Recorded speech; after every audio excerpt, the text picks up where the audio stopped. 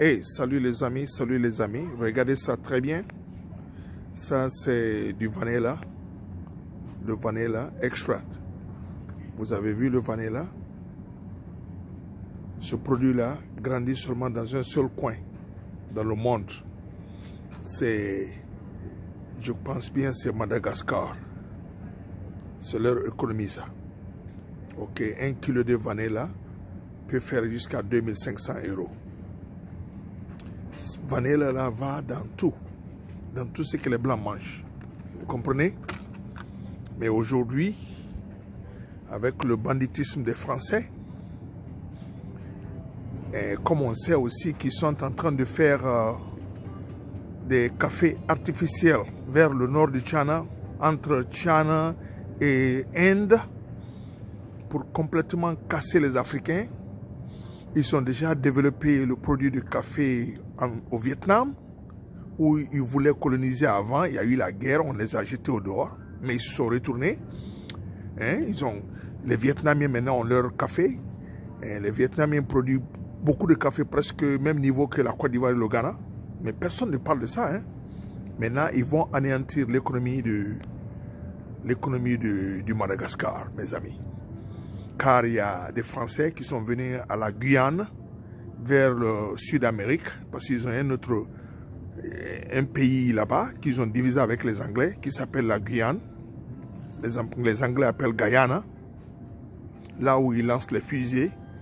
Et les Français ont immigré là-bas aussi, parce que c'est ce qu'ils font pour aller retraiter dans ce coin ou venir avec leur technologie ou quoi et s'installer. Maintenant, ceux-là vont devenir leurs esclaves. Vous comprenez? C'est la même chose qui s'est passée en Afrique. Comme l'Afrique se bat maintenant, les Français sont partout. Tous les pays qu'ils ont colonisés n'ont abandonné aucun pays. Même si on les a chassés, ils vont revenir. Car ils ne peuvent pas survivre sans ces pays-là. Ok? Voilà. Maintenant, ils vont détruire, car ils ont commencé à produire du vanilla à la Guyane. Alors, ce monsieur-là a reçu des investissements. Alors, les Français sont contents. Ok, là, ils vont complètement casser le marché de Madagascar et Madagascar va s'appauvrir.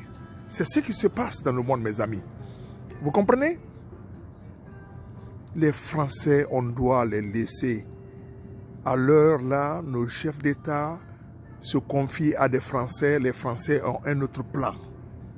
Oui, soit recoloniser l'Afrique économiquement, ou on les abandonne avec leurs amis. Mais ce que vous ne comprenez pas, mais je ne sais pas. Bon, moi je vais partout, France, l'Europe, partout. Ok, partout en Europe, je voyage.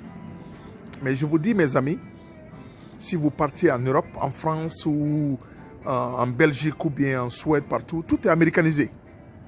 Tout est américanisé. Tout ce que les Américains ont, ils en ont copié.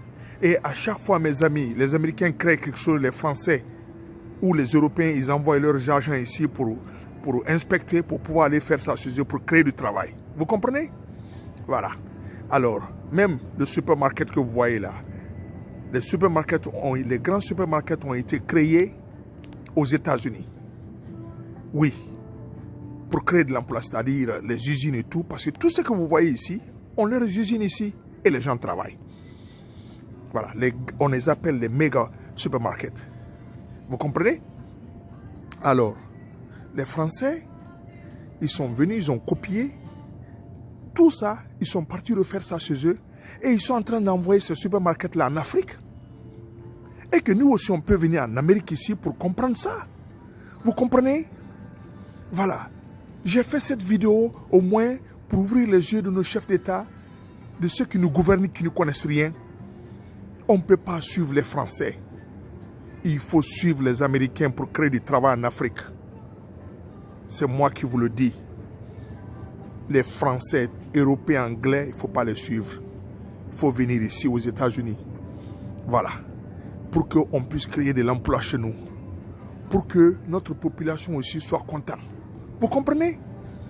Voilà, c'est le message là que je peux envoyer à tous mes frères africains. Car les Français ont leur plan. Ils ont déjà détruit notre économie. Le diamant aujourd'hui, ça se fabrique en plastique dans les laboratoires. Ça, c'est une économie qui sera foutue. Ok, le café, ils ont des cafés artificiels qui sont en train de faire, des cafés greffiers qui peuvent grandir en Chine. Ils ont déjà commencé au Vietnam, mes amis. Vous comprenez? Alors, de quoi d'autre? De quoi d'autre? C'est pitoyable. Ça nous fait pitié, nous les Africains. Coup d'État sur coup d'État, ça nous met en retard. Le coup d'État est nécessaire si le président ne fait pas son travail. Mais ce n'est pas nécessaire si le président est en train de travailler pour le pays. On ne peut pas faire un coup d'État pour la jalousie ou un coup d'État personnel. Hein? Personne ne doit accepter ça et que cela cesse en Afrique. Alors c'est ce que je veux dire à mes amis. C'est ce que je veux dire à mes amis. Je vous aime et qu'on reste ensemble. Un jour, l'Afrique va se réveiller et on est en train de se réveiller.